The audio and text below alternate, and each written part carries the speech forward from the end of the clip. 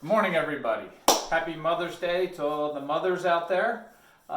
Today I wanted to finish up what we talked about last week on strategizing for your business. Remember, we talked about leverage, we talked about scalability, opportunity, which is your market size, and now we're going to talk about marketability.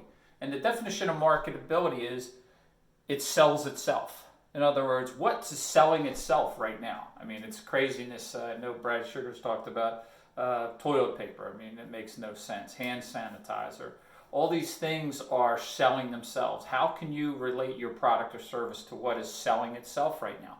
Think about that, okay? Because there's change. The change is here. So we just got to accept that. And whether you have to change the way you do business or what you're marketing in the next 30, 60, or 90 days, let's make the changes. I mean, how do you get into the new normal? Because when this opens up, it's going to be a new normal. Accept that. People aren't going to be in big bunches, big crowds. So whether your product or service relates to that, how are you going to handle that? Remember, marketability means the bigger it gets, the easier it gets. Whether that it could be cheaper, but it's just easier to do. So how can you take advantage of this marketability? And what are you going to shift?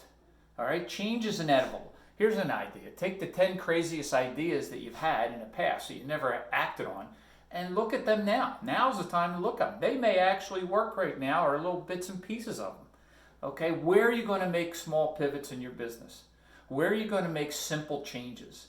You know, even in your lifestyle, the home life, that's got to be changes, right? How do you do things? How do you become more productive out of home?